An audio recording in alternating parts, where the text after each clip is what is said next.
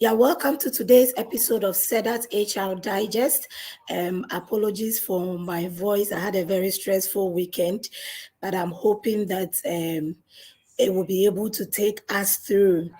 All right, so if today is the first time you are joining us, this is Sedat HR Digest, where we discuss relevant HR topics that helps us to manage the people we work with and also the organization that we work in.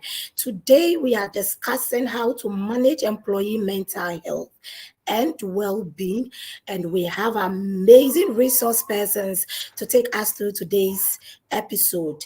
But before I introduce my guest, I'd like to remind you that Sedat HR Digest is brought to us by Sedat Consult. You can contact Sedat Consult on 0244 629245, 0244 629245. And I would want to acknowledge you for joining us today. And so please drop your name in the comment section. We'll read it out for us to acknowledge you, and then also want to know where you are watching us from. If you have any question or you want to seek any clarification as and when the discussion is ongoing, feel free to type it in the comments box. I'll read it out for our resource persons to help us address your challenge. Right. So today's episode, we have a senior medical officer on board. Dr. Isaac Newman Arthur is a senior medical officer and a clinical psychologist. He has over 12 years experience in the medical field, 12 years experience in managing medical and mental health related issues. He is the acting director of the University of Professional Studies, Accra, UPSA Accra. He's the medical directorate department, and he's also a public relations officer of Ghana Psychological Association. Please help me welcome Dr. Isaac Newman to Sedat's HR Digest. Hi, Doc. You are welcome. Yeah, thank you very much. Grateful. Thanks for having me. We are happy to have you today, and we know all our sessions have always been insightful, and we know we'll have the same session with you. Right. So our next guest is a senior in the profession. I love her so much, and she's not new to us on this platform. Emmalyn Date is a public speaker, SME consultant, a brand influencer, HR strategist, Plan African business leader. She's a trainer, a career coach, event engineer, youth advocate, and mentor. And she is the founder of ICS Africa, a Pan-African company providing businesses and event solution. Emma, you are welcome. Thank you very much, Patience. Glad to be here again. I call her senior, so if you hear me referring to her as senior, please pardon us. That is us. All right. So I have Zachary online. Zachary is watching us from Kumasi. Hi, Zachary. You are welcome. Bawa, you are welcome. Bawa is watching us. Oh, okay. You are giving us a wave. Okay. Waving back. Bawa, thanks for joining us. Ruth, I'm happy to see you today. Today we are discussing, like I said, managing employee mental health and well-being, and we want to go straight to the discussion. First of all, we want to know what mental health and employee well-being is, and I would like to start from Doc. He will give us an overview of what mental health and employee well-being is, and when he's done, Emmalyn would also give us her take on mental health and employee well-being. So, Doc, we are ready for you. Yeah, so mental health is very, very basic, and it has to do with how you think, feel, and behave, and how that is affecting your functioning. So your thinking, feelings, and behavior, and how that is affecting your functioning. Is it causing you some pain or distress? or it's causing some dysfunction. When I say dysfunction, it means that you wake up, you are not able to go about your normal activities the way you should. Is it causing some damage to everything around you? So your relationships, your work, your career, your academics, everything is affected because of how you think, feel, and behave, and also how it's making you unable to perform well in a social space. And so mental health is basically your thinking and feelings and behavior and how that is affecting your life. And when it comes to employee well-being, everything we do is on the level of our thinking, feelings, and behavior.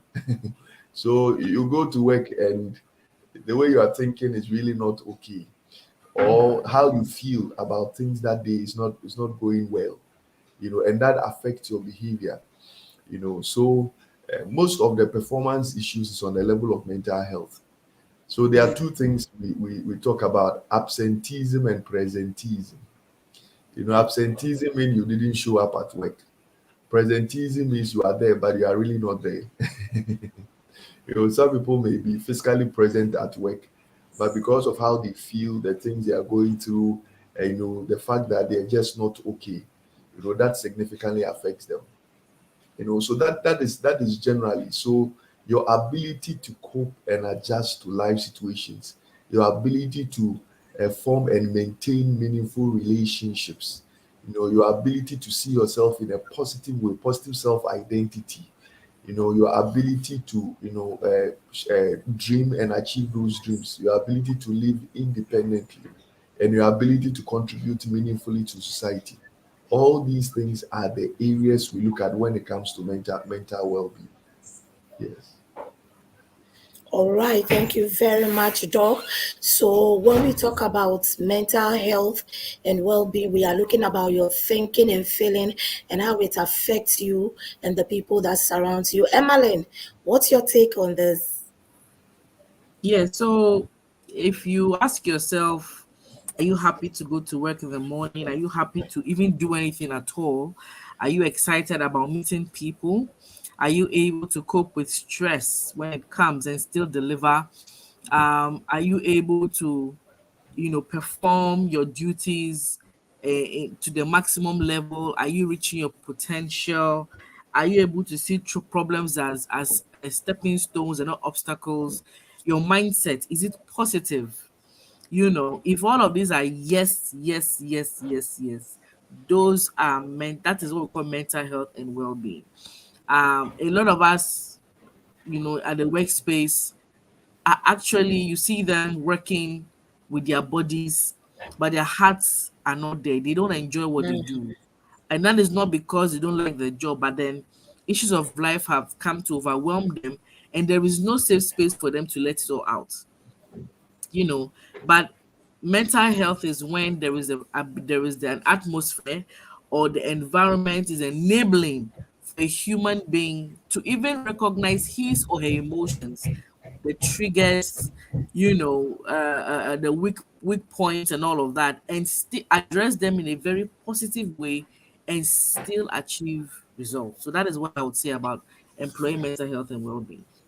Right, thank you, Emma. So, how important is employee mental health and well-being in the overall success of an organization? Emma, if you can take this for us. Okay, so two things: productivity and cost reduction, cost and risk reduction. Every human being is a bag of emotions, right? And more often than not, we always focus more on the professional life or aspect of an employee. But what we forget is that we are not robots, we are not AI. We have feelings. Yeah. Before I come to work, something I have a life, and life itself is good and bad. And we need to understand that both have an impact on us. And if a human being is not in the right frame of mind, definitely performance of the job will be reduced. And when performance of the job is reduced, obviously it does not improve productivity. And so we are looking at how we can increase or translate efforts of employees into productivity. Mental health is very key. and we're looking at obviously reducing cost and risk. If you allow staff to, you know, suffer mentally, then you're going to spend more money. You're going to have more cost saving issues like absenteeism, presenteeism, a lot of disability claims, lost productivity, even violence. There's if you've observed or if you've witnessed people fighting in the organization where they cannot manage conflict like civilized adults and it has to turn into fist fights or verbal abuse, then it's skyrocketed. And when that happens, you can imagine how time lost, for work has happened. And so the risk involved in not addressing, some even end up with substance abuse. They start taking too much alcohol and all of those things, cutting themselves and all of that. That can bring a lot of damage to the organization. It can demoralize staff, knowing that there's such an employee in that environment where some people will feel very sentimental. Oh, so sad that this staff is going through this, or some people will feel like, hey, why would such a person be here? And instead of you all focusing on the goal of the organization, you're focusing on one issue that should have been dealt with. And if you don't take it, what many of us in Africa don't know is that if you do not reduce the cost and risk involved when it comes to mental health issues, you are exposing yourself to legal issues. Okay, so it's very important that we take this into consideration, that productivity and reduction of cost and risk. When somebody is depressed, comes to work all the time and is having even a very bad relationship with his supervisor, and the person is always ends up becoming bitter, maybe from a broken relationship, that can now become a physical issue where you see the person has now become ill. Some cancer illnesses have been linked with, mental health issues, and just imagine that. So these are the two reasons why Africans have to wake up and take charge of their employees' mental health and well-being. Thank you very much. We need to wake up and take charge of our employee well-being. But Emma, sometimes you notice that when people or employees are going through these emotional changes and they are displaying all sorts of signs, which I'll be asking Doc to take us through some of the signs very soon. And you want to probe to find out what is wrong with them. They are not willing to share the information. And so it becomes very difficult for especially HR managers and line managers to help such a person out. What do you think should be done so we will be able to get these people to speak out for us to help them? Okay, so this question would obviously be a question like, what is the role of human resource, or how HR practitioners can create a supportive work environment that fosters mental health and well-being? First of all, as HR practitioners, you even need to understand how mental health impacts your employees. Human beings are quite psychologists they know our personalities are not the same. Yeah. And culturally it impacts us. Ghana is one country where we are not trained to speak out. So when you have problems, you deal with it. You understand? If you are lucky, you have a very good family, healthy family. You can confide in a family member who would listen. If you have such family members, but if you're unfortunate, you don't have such social ecosystems to support you with, then you keep it to yourself because you feel like nobody cares. So HR practitioners need to understand how mental health impacts the employees, their different personalities, their backgrounds, and all of that. And then employees need to trust the HR. You hear a lot of employees say they don't trust their HR manager or they don't trust the HR system. If you're unable to build trust between your department and employees, it's going to be a very, very big problem, you know.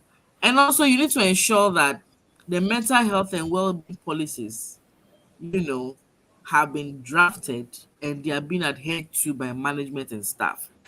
If you are a lip service organization, your employees don't trust you.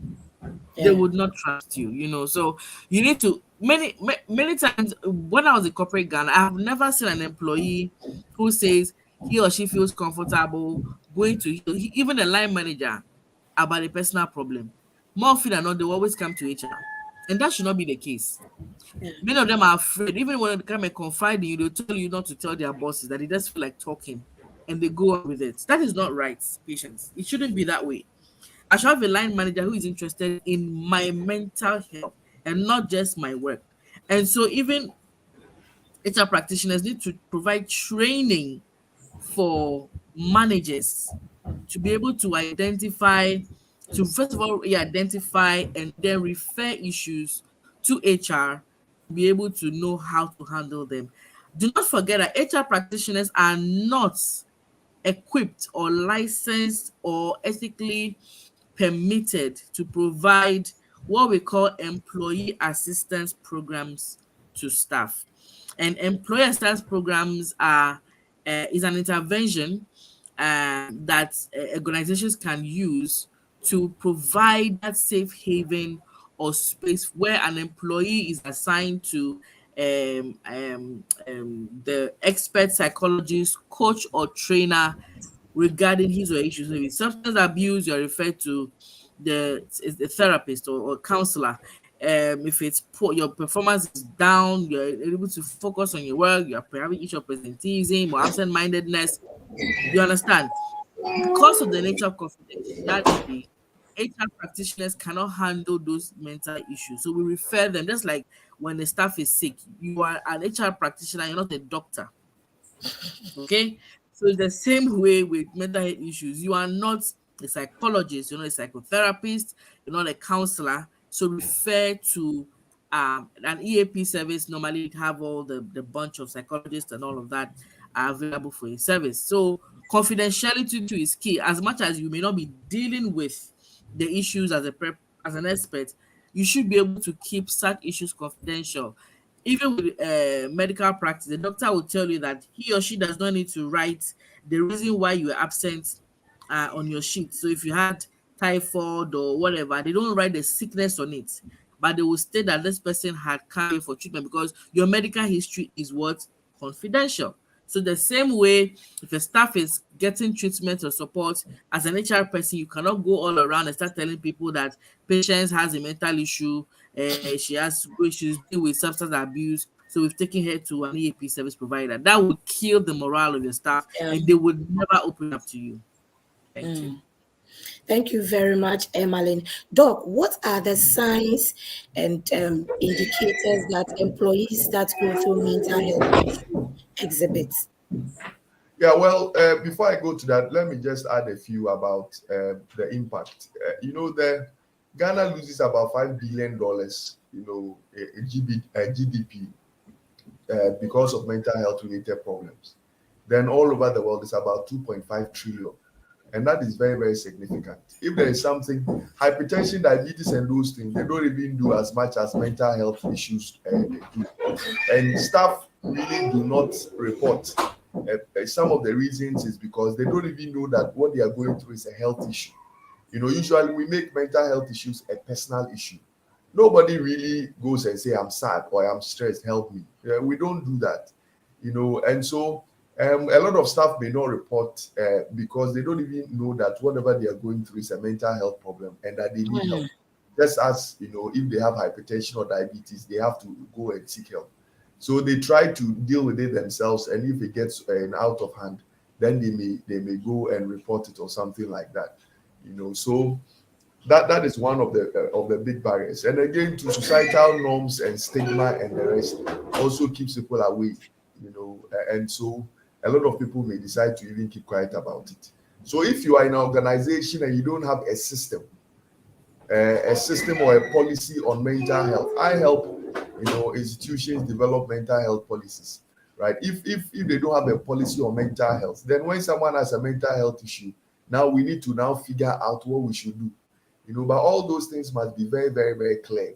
And other dimensions of mental health has to do with abuse at work and all those things. A boss screaming at a subordinate, so now a subordinate comes to work and that subordinate is panicking. I've had clients who come to me and the sight of their boss alone, it's a trigger for some panic attack because of how bad the relationship is. So there must be all kinds of policy on mental health in the workplace so that people may feel comfortable even trying to speak about their issues to whoever for referral for help. So I think that is the little I wanted to add. But mental health issues affect six areas of a person's functioning. Mental health issues affect 6 areas of a person's functioning. One, it affects, and they become the signs and symptoms. And there are lots of mental health problems, and the signs and symptoms are different. So things like depression or anxiety, stress, schizophrenia, or psychotic problems, or personality problems, they all have their own individual signs and symptoms, right? But all of them affect 6 areas of a person's life. And when those areas are affected, it's likely the person has a mental health problem. The first one is that it affects their ability to cope and adjust to life situations. So anybody who is struggling to cope at work, trying to cope with their own life, trying to cope with situations around, it is likely that they have a mental health problem. 2, relationships. Anybody who is mentally healthy, they should be able to form and maintain meaningful relationships. So anybody who is struggling at work to maintain relationships or at home and realize that their relationships are going bad, it is a sign that mentally they are not healthy. 3, it affects their ability to see themselves in a positive way. So anybody who looks down on themselves, their internal, external qualities, it's like they have a negative self-perception or what we call identity problems. It's likely that they have a mental health problems. Then again, to anybody who is mentally healthy, they should be able to dream and achieve those dreams. And so when you give them targets at work, they don't struggle to strategize to be able to navigate their way and achieve whatever targets that is set for them. Anybody who is struggling on that level is likely to have some mental health problems. Then again, to anybody who is mentally healthy, they should be able to live independently. So at work, they should be independent in the way they do things. At home, wherever they find themselves, with little or no support. So anybody who is overly dependent on others, to be able to get by with life and their responsibilities and things, expectations at work and stuff like that, is likely mentally they are not healthy. Then finally, if the person is mentally healthy, their presence in any social space, is positive. What it means is that they make a positive difference or positive impact on society wherever you may find them. So any worker or employee who is struggling to make a positive difference at work, or their presence is always causing problems at work, and they are not able to fit in, they are not able to make that impact they need to make at work, it's likely mentally they are not healthy. So anybody who is mentally unwell, these 6 areas of their functioning is affected. And like I said earlier on, depending on the particular mental health problem that they may have, the signs and symptoms may be very, very different. So depression has its own signs and symptoms, anxiety has its own problems, personality disorders have their own problems, sexual dysfunction, sexual satisfaction, sleep problems, feeding problems, and all that. There are all kinds of mental disorders, and each one of them has its own signs and symptoms. But generally, it affects 6 areas of their functioning. And I think I've outlined those 6 areas. Wow.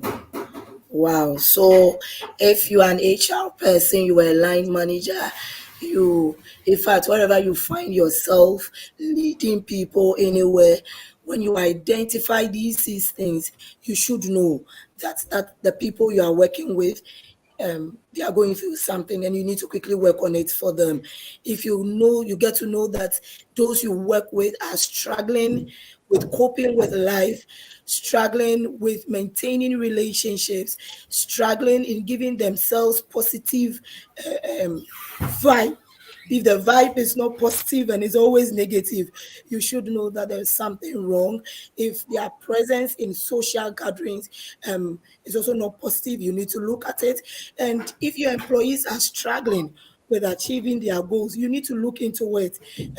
Possibly it's not because they don't have what it takes to achieve. It could be that they are going through a mental health issue.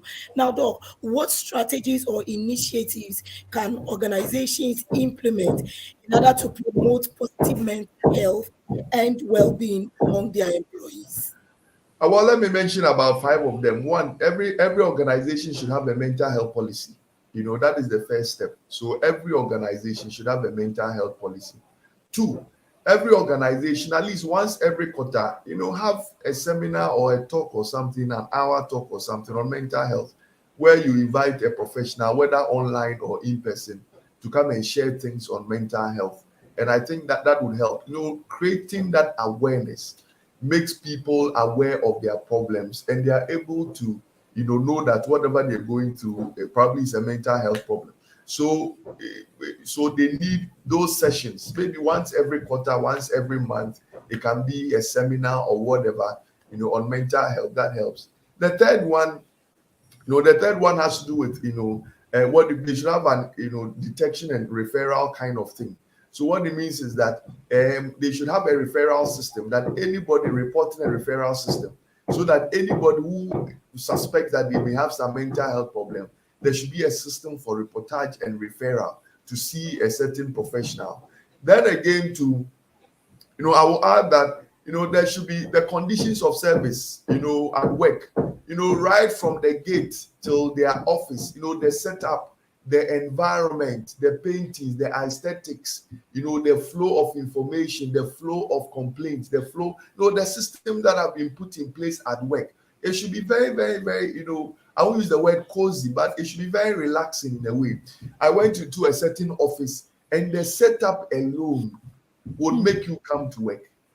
It's like the place is even nicer than your house. The way they've done every setup. And if you go to they have a small corner in the big office where they have this kitchenette, and you can go drink tea or coffee or take some fruit. Like the whole environment is so okay, such that going to work is not, it doesn't add to your stress. So the conditions of service that are that is available for workers, if those conditions of service are good, it really, really, really helps in terms of the well-being of the what do you call it, the workers. The setup, the way they've all the aesthetics at the place, they have a way of helping staff become very, very comfortable with work.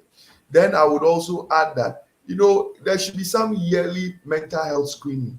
Usually workers go through normal medical screening. They check their BP, sugar, and those things. Those are a measure of their physical well-being. They also need some mental health screening in the year, where we have all kinds of mental health screening tools to be able to determine whether someone is mentally healthy or not. That would help. So as part of the screening for workers, mental health is so important. They should also go through that kind of screening. Then they should have a proper system for complaints about work-related conflicts and stuff like that. So for example, if something happens at work, there should be a proper, between the boss and the support lead, whatever, there should be that proper, system to be able to resolve those conflicts and things that may come up between amongst workers. All that system should be there to be able to help workers actually deal with some of the things that they may be going through. So that if I went to give a talk somewhere, and one of the workers was complaining about some comments that some guy made about her and that kind of thing, and because of that, she's not comfortable at work. There are all kinds of things that happen at work, and there should be proper systems to address those kind of issues that come up at work, and not ignore some of these things that come up even at work. Some of these things, generally work. And there are all kinds of tips that we teach, workers to be able to maximize their mental well-being. And I'm sure probably at some point we are going to talk about some of those tips, individual tips. Yes.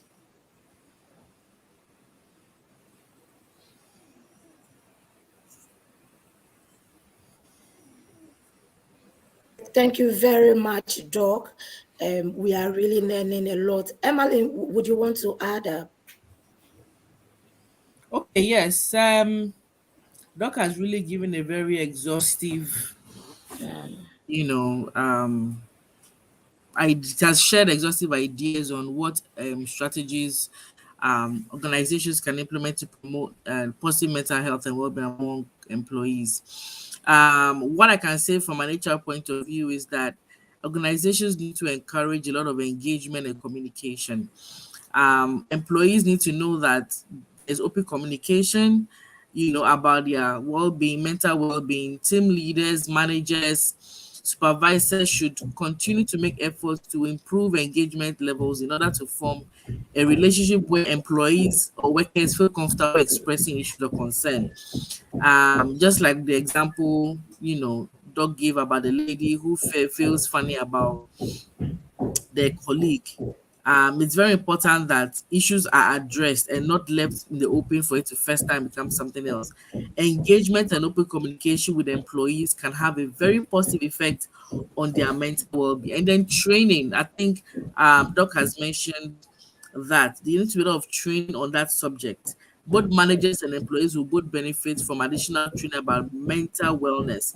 I never knew you could have mental health screening. I think that it Yeah. should be added to the screenings we've been doing, from time to time to add value to people's lives. It's very important that there is training on how to identify and address mental health issues when they arise. And then empowerment. We need to ensure that there is not much stress or job burnout in the organization. Allow workers to have control over their schedules. These days we are advocating for flexible working systems where the employee can decide that today he's working from home because he's waking up, he or she doesn't feel fit enough to get up and go to the office. We need to allow employees create their own workspace because they know exactly how they feel. Obviously, with a policy to guide it, and allow them to be more about output and not about hours of work. You understand? Because life is becoming tougher, and we're not in control of how much life brings to us. So organizations need to be more empathetic when they are dealing with their employees. And obviously, I spoke about an employee assistance program. Organizations should invest in employer assistance programs. Just like we invest in health insurance for our staff when it comes to fiscal issues, employees should provide employee assistance programs for. So we do have vendors like Supreme Health Management Service, where I currently am an affiliate with, where we provide EAP services to organizations, and I'm a coach. And to shock you the kind of issues that come up, when an employee is referred to us, and because they don't know us, they are able to speak their minds. And that is the advantage of having an employee assistance program. The neutrality of it, the objectivity of it, the trust that your issue is confidential because we don't know you, don't know us, you know, and all that. So I advise organizations to key in. And shockingly, the services for EAP are quite cheaper than even health insurance, but what people don't know. And then create a relaxation space. Some organizations, especially those in tech, when it comes to this aspect, they are way ahead, creating a space where, like I think Doug gave an example of a company where you go there because the environment is so nice, you want to go there and continue working. I would say even some banks I have been to, it doesn't look like a bank. I naturally don't like bank work environment. It feels too rigid, too stressful. But this bank, and probably I could mention Echo Bank at Reach. My goodness, the architecture is just off normal. That is how I think a workspace should be like. If you go to DSTV, it's the same thing. Google Workspace, the same thing. Create a space where the staff can unwind, relax, and decompress. Allow them to have a work culture that enables them to take breaks, use spaces to feel good, and have appropriate me time during the day. And then, once your mental health policies are obviously developed, prioritize the balance between work and family life. Your policy should be able to ensure that both your work life and your family life are not suffering. So these are my few takeaways on this subject. Right, thank you very much, Emma. I think you have to visit my office one of these days, please. My own too is not bad. Wow, that's The great. greens alone and the Oh, flowers beautiful. in the offices, and please come and And where, visit where, me where, where is your office? at South Legon, Sinlab What's the Ghana. name? Please. What's the name? Sinlab Ghana. Oh, Sinlab. wow. Yes, please come and Beautiful. visit our head office and even our branches. Now we are I doing will, some good work there. When I you will come for do your so. medical screening, you get healed before we do the diagnosis for you. Oh, Oh, All how right. nice. Thank you so much. It's getting Awesome. interesting. We want to take a quick break. And when we return, we will have Emma and then Doc share with us how organizations can effectively break down the stigma surrounding mental health and create a culture of openness and support. Many a times when it mentions mental health, we all focus on the people on the street who are naked and doing the gymnastics over there. But from what Yeah, we've mental been told, illness. absolutely, that is what comes to mind. But from what we've been told, please, there's more to it. And so we'll go for a quick break. When we come back, we would be discussing how to break the stigma surrounding mental health.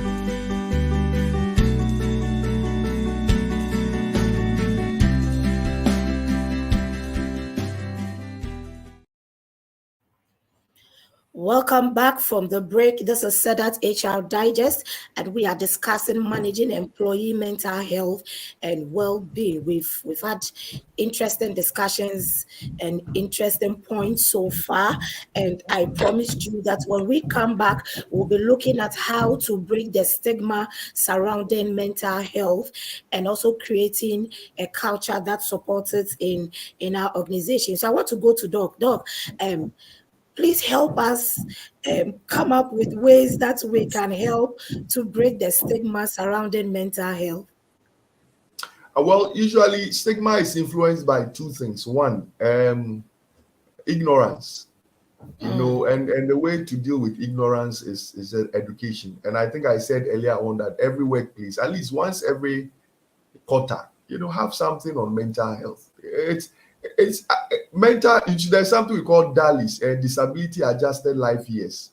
That measures a person's functioning, productivity whilst they are living with a particular disease, right? And mental health related issues, the first three, when you look at groups of disorders, mental health problems is third on the list.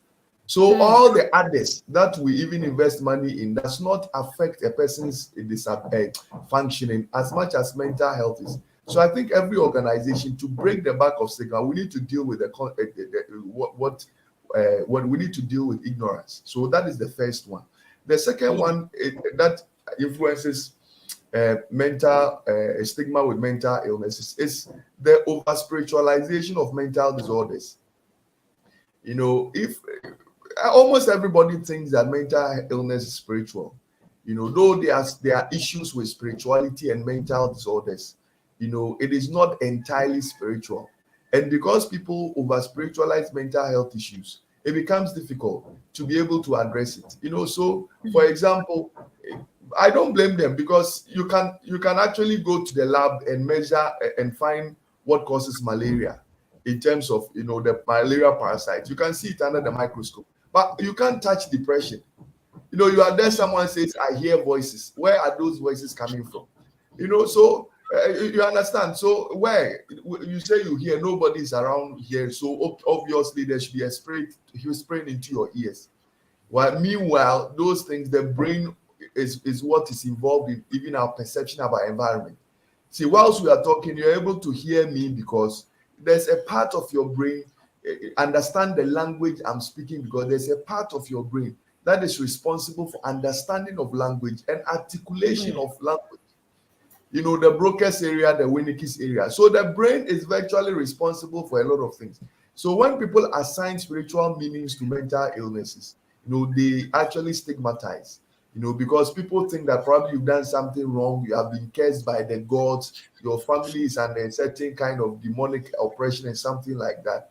And most of our African movies, when someone goes to do something bad, the outcome is a mental illness.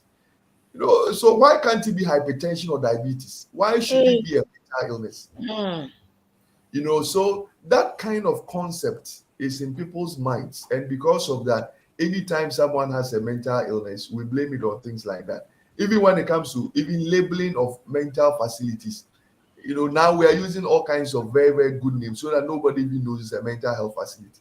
Across psychiatry, people can go and stand at the gate, look left and right, to make sure that nobody they know is watching them before they enter. It's those things. But it's changing. The education, like what you're doing today, is commendable. As people get to understand what it is, then a lot more are coming out. Those days, you don't find people calling you to say, I'm depressed or I'm anxious or something, help me. But now, because of the education going on, you have people voluntarily call, that, I think I need help me. And I think we're making some progress on that level. So I think those two things are very important when it comes to stigma. Right. Thank you very much, Doc. Thank you. Emma, what do you think? Yes, I mean, Doc has, oh God, he gave very interesting examples. We are really the over spiritualization side. That's part. That is our big problem. And I mentioned it earlier that the culture, the environment you find yourself in really, really impacts how we face or address mental health, in our society. And that thing, in addition to what Doc has said we can do, is to promote a culture of understanding and empathy. Leaders need to encourage open discussions about health and not make or encourage people to critique. We will still have people who are paranoid and biased when it comes to these issues.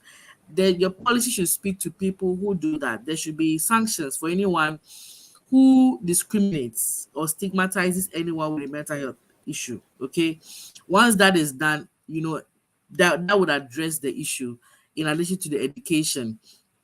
And obviously, managers and leaders need to lead by example in setting the tone for addressing mental health stigma. Once line managers know that it is normal for us to deal with mental health issues here, and when they see anybody with an issue and they are very empathetic towards them, and even they themselves take their mental health seriously, their followers will see that, oh wow, there's a culture here. Our leaders don't overstress themselves, except maybe when there's a project. But when it's a normal schedule, they close on time, they go home on time, they come to work, and they're also having flexible work for themselves. That would also make people normalize taking care of your mental health issues. And obviously, there are some organizations, it's not popular here in the West. They have what we call mental health allies. And so what they do is that they provide support. They get some volunteers who are available to employees to talk about these issues, encourage them to seek assistance without fear or judgment. If you watch the news, you see people wearing t-shirts when they're trying to fight stigmas, right? So you say Black Lives Matters, is that not it? So we need to start mental health matters as well. Those kind of movements, walks. You can start having mental health walks, mental health activation, drive activations, just to create and I think it's time we begin to have those kind of marches out there beyond, rioting against what the government is providing or doing. We also need to add, mental health for all, as a movement in the country. All of these things, once it is society accepts it, it's on the government level, it's on the societal level, it will obviously impact the workspace. So all of these things can all help to drive away the stigma, manage stigma when it comes to mental health. Right, thank you, Emmeline. We need to have mental health for all. We must all be promoters of mental health, and I believe it would help us. Interesting and insightful points. regarding mental health. Please, if you just join us, make sure when we are done, you get the video and watch. We'll share the link for you to be able to listen to what we are discussing. I see Abigail. Abigail says hi, Abigail. Alex says he's here. Thank you, Alex, for coming. Michael, thank you. He's been watching us Sunday after Sunday, and we are very grateful. Please don't forget to drop your questions in the comment box, or if you want to seek any clarification to any of the points or any of the submissions, please feel free. Let us have it. We would read it out for our guests and they would address it for you. And if you want to, maybe you watched after the program, you watch and you still have questions, you can get in touch with Sedat Consult or Sedat HR Digest, and we will get in touch with our resource persons to help you understand what we are discussing now. All right, so we want to know, maybe Emma can take this and then Doc will come in. How can organizations balance the need to address mental health concerns while also maintaining productivity and meeting business goals? So I think that this question comes from the point where HR managers will be having to justify why we need to address or focus on mental health initiatives as against more focus on driving productivity. I mean, when you go to work, all the managers or leaders are focused on is on what? Work, produce, bottom line, right? If that is where your question is coming from, you need to first of all understand the impact of mental health on productivity and meeting business goals. Okay, once there is that understanding of it, it makes it very easy to make that kind of justification. HR managers need to learn how to use analytics to make business cases. And so if you need to learn how to measure the impact of mental health on productivity, once you're able to make that analysis, you would be able to now provide a very proper, a very solid business case as to why addressing mental health concerns would lead to improvement of productivity and bottom line. Do you get it? There is no way your staff are in good health mentally and physically, and they will not produce optimally. It's impossible. So the balance here is providing a safe space, a safe haven for staff to be able to have that mental well-being, needed, and then allowing employees produce and meet bottom line. Are you getting the point? So if you not produce the platform for employees to address mental health concerns, you're not going to have any balance between both. One will suffer over the other. You get it? So mental health, not addressing mental health would make productivity suffer. So it's very important for us to understand the impact of mental health on productivity, understand how it affects us when it how it's affecting HR KPIs. So we look at mention absenteeism, we're looking at presenteeism, we're looking at staff attrition, we're looking at sick days, number of sick days. We're looking at how the creativity and innovation staff are bringing. Once all of these things are high, patience, productivity and business goals at the high productivity and meeting business goals is your end result.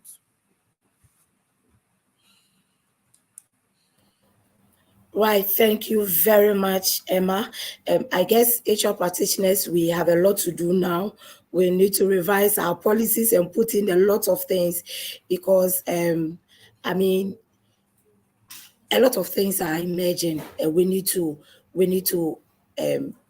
modify our policy so we can have some of these things in there.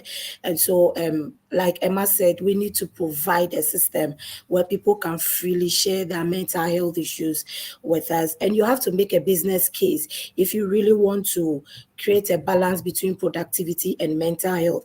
For those of you who missed our HR analytics training, I guess it's a good point, a good place to start preparing yourself for the next training, because if you don't do your analytics well, you won't be able to make a good case for your leaders to support mental health in your organization.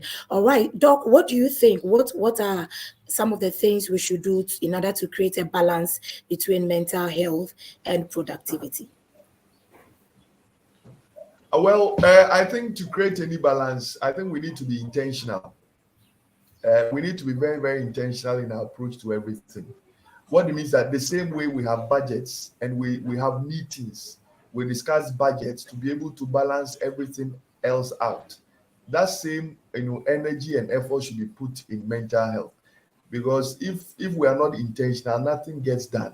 So we shouldn't be taken by surprise by anything. We should be very, very intentional, such that as part of the meetings that we come up with every month, every year, it should be part of that meeting. Unfortunately, we talk about everything else apart from health and health related things, forgetting that those things impact directly on the lives of the workers. So I think that to maintain any balance, we need to be intentional in our approach to mental health issues. It should be part of the list. I think should even be on top of the list. And that discussion should come at the beginning of every meeting. That is what I think should be done. We should be very, very intentional with our approach to some of these things. We should be very intentional about mental health. The level of energy we exert and we put in when we are planning for the year, budgeting period and all that. Let's give same energy to mental health. Okay, so our time is fast running, and we want to take this last question, and after that our guests will give us their final view, and then we'll call it an evening.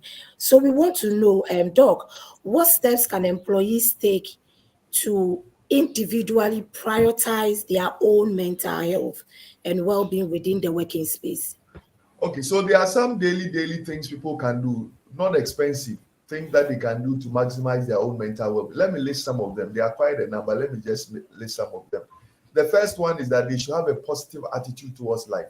So positivity improves mental well-being. So instead of saying I cannot, say you can. Right? Today things don't go well, tomorrow it's going to get well. So a positive attitude and mindset improves mental well-being significantly. 2, positive relationships. So any relationship that threatens your mental well-being, keep it at a distance. And anybody in our lives, we have chosen and given them a place. We can actually do away with all the negative friendships that influences us, negatively. So positive friendships. 3, exercise. Exercise on the daily basis boosts mental well-being and affects every organ in the body. Exercise. 4, rest. There are 2 forms of rest, relaxation and sleep. Sleep is when you are knocked out every night, and relaxation is where you go sit somewhere very, very cool.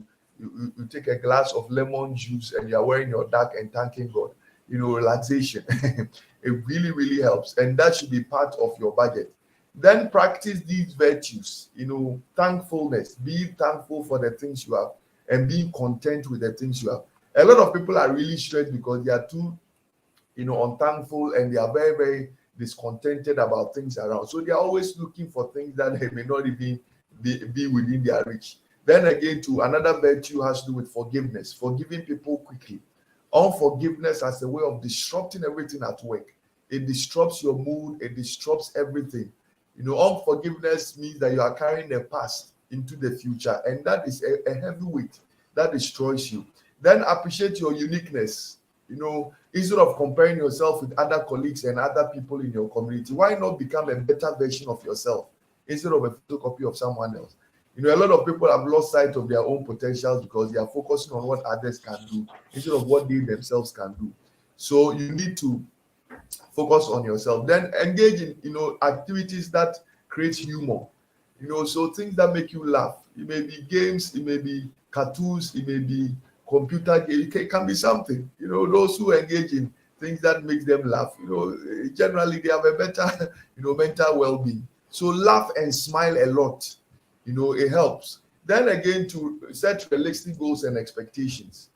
Expectations about yourself, about the world around you, about the future, about others, and even about God.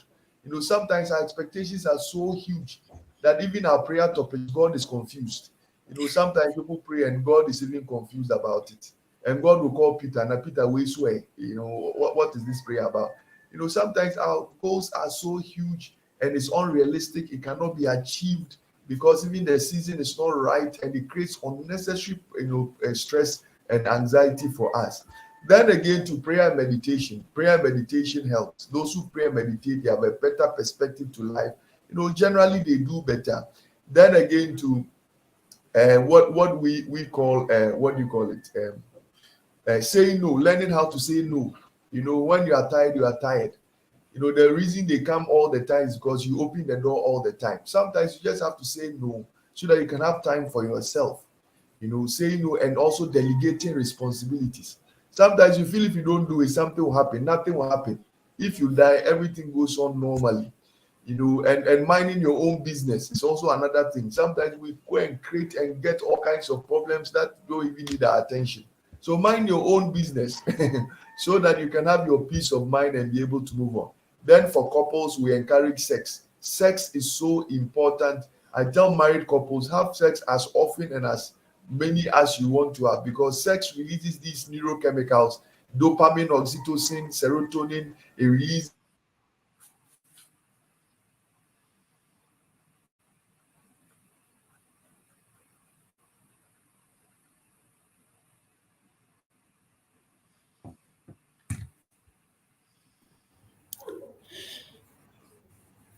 Emma, I think Doc is having. I Oh, think okay. you missed me at some point. Yes, we So missed for you. married couples, I tell them sex is great. It relieves stress, it helps you to sleep well and all that because of those chemicals that are released. And you, as an individual, identify your own risk factors.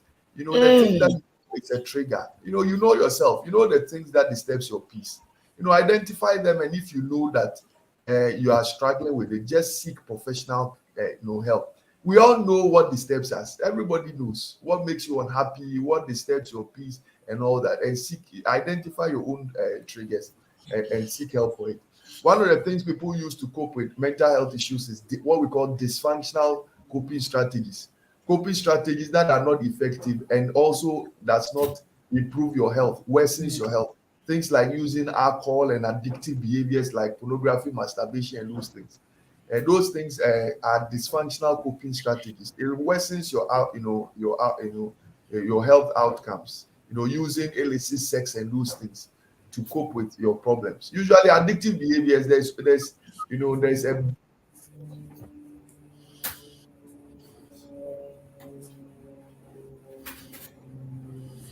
I guess Doc's big, you know, problem with people who have. Yeah, so I think I'm done. I think I'm done. right. Thank you very much, Doc. Interesting points. Hey, Doc.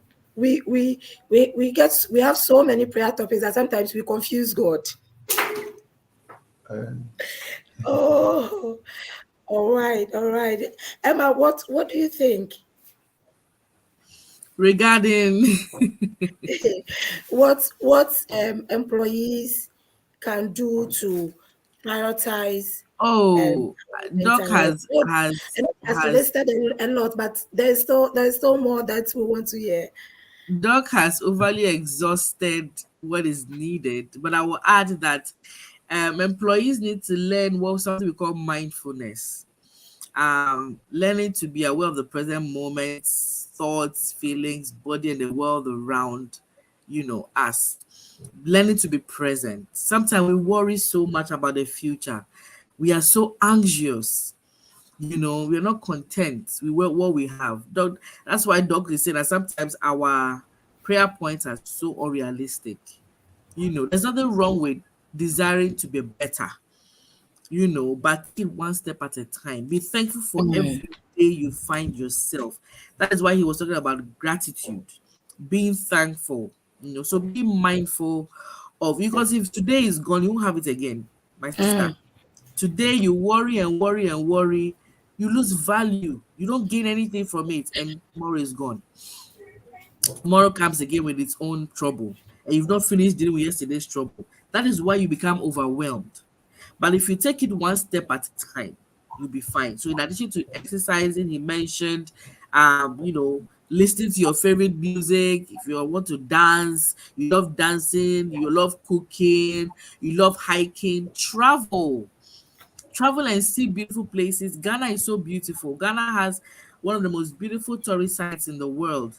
Travel. You don't need to go to Dubai or Bali or Maldives before you're able to find beautiful places to go. The Volta region is beautiful. The Eastern region has beautiful places that you yeah. can see and love.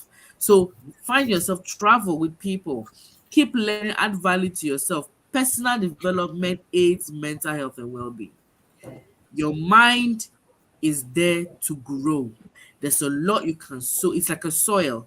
Sow seeds of positivity, sow seeds of knowledge that can add value to your life and society. So keep learning and learning. And finally, I would say give to society. When you Mm, find yourself in social impact initiatives where you are helping people to improve their lives, you find that your life is not that bad after all. I thought, oh my God, I thought I was suffering. Then you see that somebody else is going through worse. So when you volunteer in your local community or your social networks, giving back to others, even if you are going through a mental health issue, when you support others with the same problem, it heals you. That's what people don't know.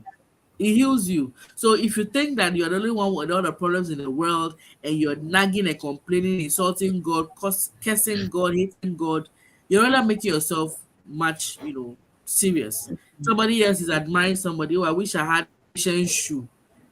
The other person is saying, I wish I had Emmeline's feet. you know. So in this world, that is what it is. So take it easy, one step at a time. Thank you.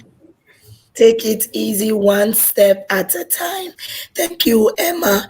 Okay, so we have two questions in the chat box. I'm going to read it out, and then Doc and Emma, you help us address this. So Bawa says, please, how do you handle an alcoholic staff who simply refuses to come to work? Doc, please take this for us. How do you handle an alcoholic staff who simply refuses to come to work?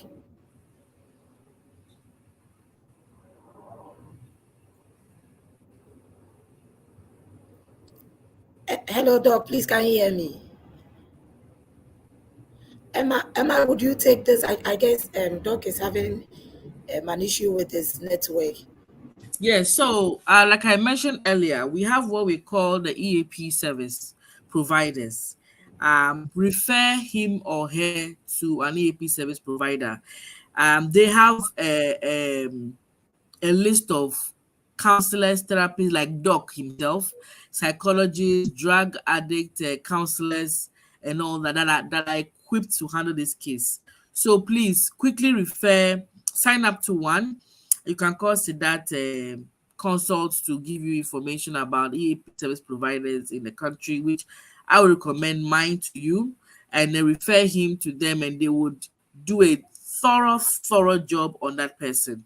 Many times, alcohol addiction in Ghana is a very serious issue, Yeah. and there's a lot of alcoholic products out there that they keep advertising all the time, and we're not cautioning ourselves that as much as you're an adult, if you are somebody who relies on alcohol to solve your problem, you become an addict, and alcohol has ingredients in it that can make you an addict to it. So they need to see an expert and immediately refer.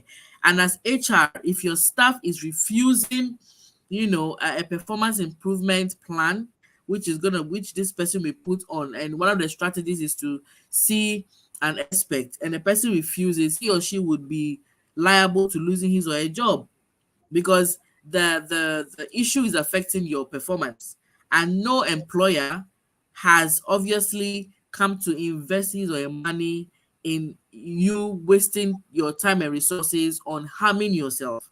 So if you are putting yourself in harm's way, don't forget that the labor law has a clause, duty to care by the Yeah. employer. Yes. So the employer has a duty to care for his or her staff and protect his or her staff from any other staff that is going to pose harm. So please, HR can exercise their rights and their powers per the law and do the needful. Hey, Charles, exercise your power to do the needful. And Emmeline has said, refer this employee to an EAP specialist. If you want to get in touch with where Emmeline is, please contact Sedat Consult, and we would help you get in touch with her and her team. So Doc, we had a question. Somebody wanted to find out how to handle an alcoholic staff who is simply not coming to work. And Yes. I think that, you see, anybody who we have, there's something called substance use disorder, alcohol use disorder, and we're able to determine whether the person needs help or not. This guy clearly is addicted to alcohol, and addiction is a disease. Addiction is a disease.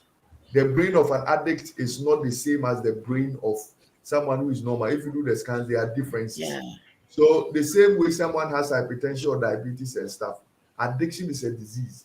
So this guy with alcohol, I think it was said earlier, we need to either we sack him or we force him into therapy. He cannot have his way. We either lay him off or give him medical leave for him to go for a rehab for like 3 months. And that can be his decision. If you decide not to seek help, then we sack you. If you decide you want to seek help, then we send you to a rehab. And usually they need a rehab to be able to get over it.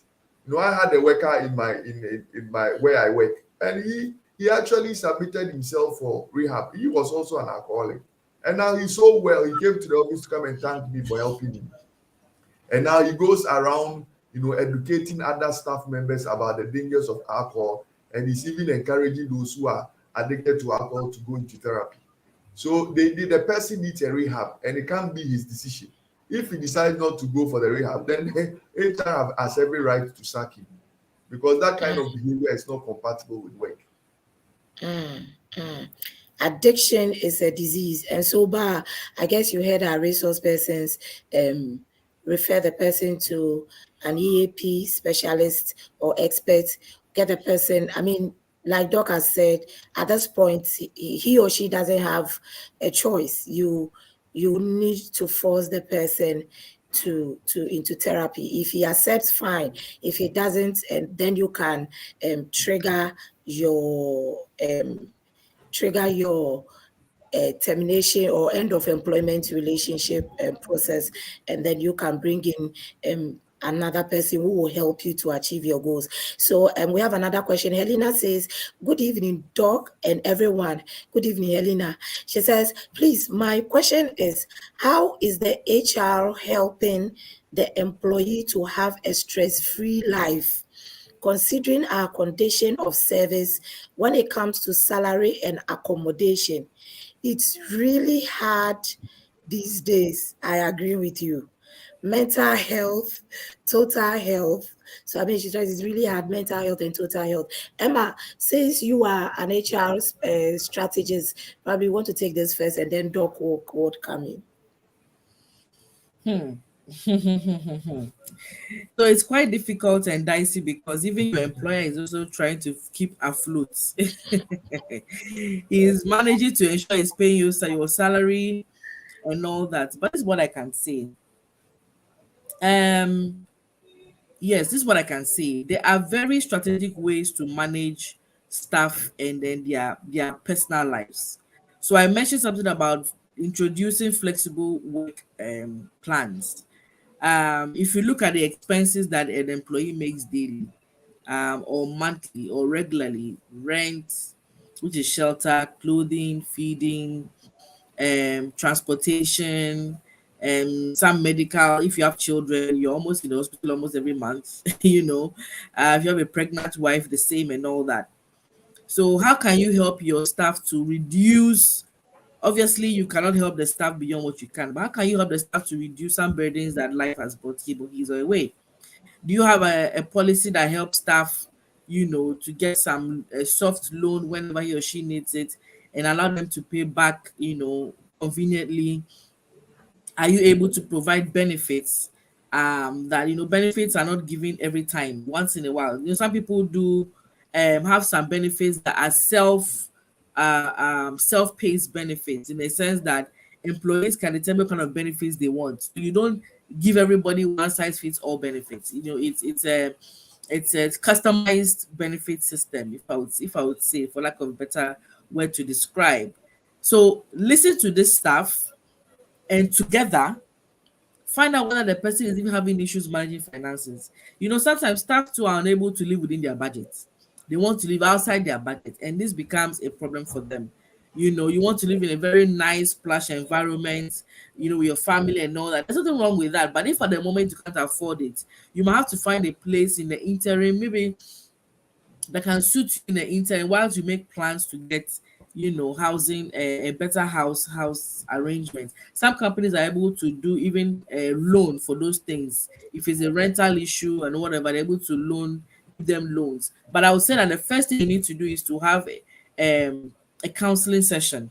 That's why the EAP service is very important. It takes this burden of the HR. As an HR person, if I were to sit down to handle all these things, I myself will need Dr. Atta to help me out because I'll become overly depressed. The last place I worked, right, my colleague suffered a lot of blood pressure issues. When she went to the doctor, and this is the HR department, and he was wondering why she was having such pressure issues. And normally doctors will ask you to walk them through your daily routine, your daily lifestyle. And he identified that the problem was that the issues we were dealing with in the department were also affecting us. Dr. Atta never knew that even as HR, you are dealing with people's problems. It can also have an impact on you. So we had to take it easy. We also needed to also take breaks. Somebody says, if you come to HR, when the HR too needs who does the HR go to speak to? And that is the problem. That your CEO may not have time to listen to you. So you need to first of all get support, get an EAP service provider to help you with this case. They would know the best way and advise you, the HR, on what to do to deal with that stuff. Okay, but internally, you can, like I said, I have given you some suggestions. Try and find flexible ways so that the staff can also reduce certain costs if it's not the issue where the staff is living outside his or her budget. Right, try and find flexible ways if the staff is not living outside the budget. Okay, so Michael says Employee Assistance Program, EAP. Yes, Michael, Emmeline has mentioned that already. So please help your staff if they are going through any mental health issues. These are some of the things that you can help them to do. Refer them to an EAP specialist. So we have a follow-up question here. The person says, will the rehab be at the cost of the company? Doc? Yeah, well, every company has its own policies on health and what they can finance and what they cannot finance. But whatever it is, whether the company pays or not, the person has to go into some kind of rehab for his own good, because he would die. He would die from alcohol problems, alcohol, liver disease, and stuff like that. So I think every company and what the policy is. Rehab is a bit expensive because you have to live there for 3 months and accommodation and all that. But usually rehabs have their own policies on the help they can provide for the person who needs it. So depending on the policy of the company may foot the bill or not. But a lot of companies do have this health insurance kind of thing with some health insurance companies, and the health insurance companies may pay the bills. But whatever it is, this guy would have to go into some kind of rehab. All right, thank you, Doc. Depending on the company's policy, you would have to take a decision. If your policy says you are paying for it, fine. If your policy says your insurance is taking fair care of it, that's okay. If in your policy it's the employee's cost to, that's one. Patience, if I may Yes, speak to this matter, sure. because it's more of an HR issue here. Mostly when it comes to the health and safety of employees, the employer has a duty to care. Okay. And if you see that your employee cannot afford, because if we don't have a policy, like Doc is saying, to deal with this, it's going to be a problem if the staff is unable to pay. So what companies can do is that if you're not that financially strong to support, and we are hoping that you don't have too many people in your company with substance abuse issues. Okay, we're hoping it's one off. I mean, if it's a one-off thing, what you can do is that if you're unable to support financially, you can either pay half and then give the staff a soft loan to pay back when he or she comes back, or if you can't afford it at all, you can give the staff a loan and let the staff pay back when he or she comes back. Because even with health insurance, it's not every cost that the company bears.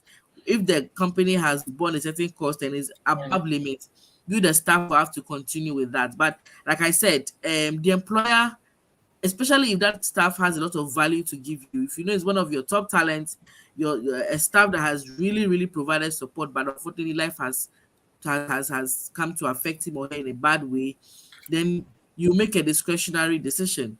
If it's somebody who has been performing poorly, someone has given you problems even before he started drinking, somebody who has a willingness issue, not an ability issue, he or she does not want to perform, then you might as well not take any risk on that person.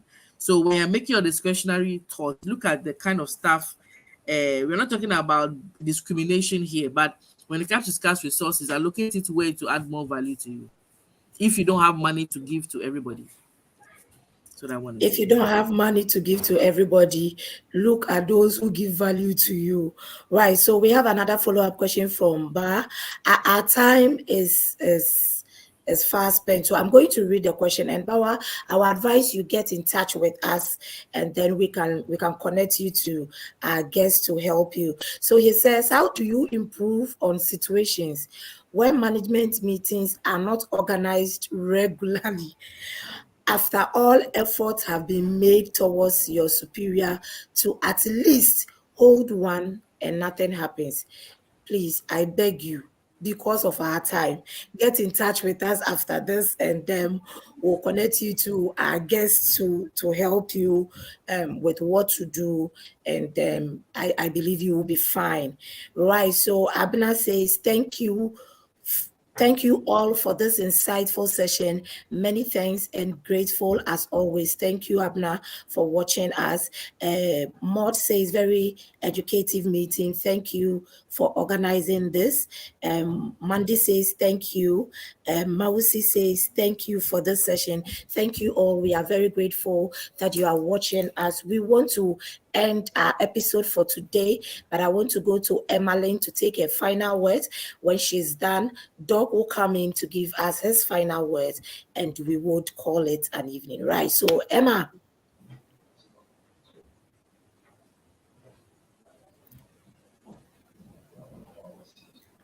Emma, you are muted.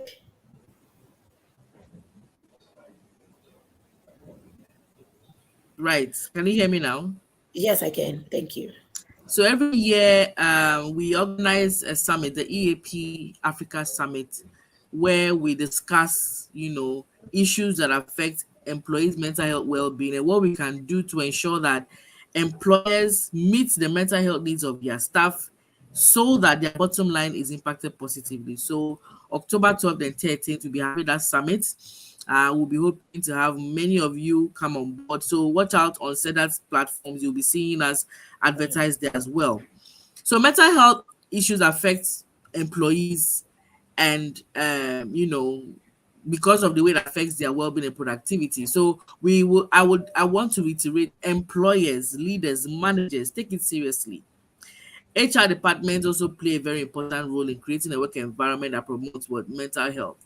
So when we recognize the impacts of mental health, we foster a culture of openness, we promote work-life balance, we provide support resources, we improve the physical environment, and invest in training, organizations can demonstrate their commitment to employee well-being. Now, when employees see that you are demonstrating commitment to their mental health and well-being, obviously the results are in what? A positive and engaged workforce. Employees will also succeed, performance will grow, and your return on investment would be top notch. So please, let's make mental health normal in our conversations, in our discussions. Let's stop stigmatizing people. Stop assuming that mental health illness is the same as the mental. When it comes to mental health illness, so you don't have to be ill before you have a mental health issue. Depression, lack of joy, lack of will, and all of those things, they are not mental illness. So let us stop. And even if the person has mental health illnesses, do not stigmatize, do not discriminate. Love and accept them and help them to find help. Thank you. Thank you very much, Emma. Doc, your final words. Yeah, I would say that of all the things in this world, take care of you. Of all the things in this world, take care of you. Even if your work fails to help you with your mental health issues, take care of yourself. And I think that you are first responsible for yourself than anybody else. Sometimes you take care of everybody else, and we forget that we also deserve to be taken care of. So even if your workplace fails you, don't fail yourself. Take care of yourself. Thank you very much. Thank you very much, Doc. Take care of yourself. Prioritize your own mental health. And Emmeline says we should make mental health a normal conversation. Let's not stigmatize those who are going through issues. Ruth is saying, please send a letter for the summit for records and further action. Sure, we would do that. We would be advertising it on all our platforms, so please watch out. If you are not on our online WhatsApp page, you want to connect to that, because we'll be posting the letter. They will share it with you there on the 12th and 13th of October, EAP African Summit. I'm going to be there. Let's meet there. Let's learn more. Thank you so much for joining us today. We have been discussing managing employee mental health and well-being. As usual, we've had a very insightful session, and I know everything that we have discussed and our resource persons have shared with us, you are going to put it into practice. Create a positive environment for your employees so that they would help increase your productivity. My name is Patience Scratchy, and I was your host for today. I'll see you next week, and we will be coming your way with another interesting topic. Thank you, and have a good evening. Bye.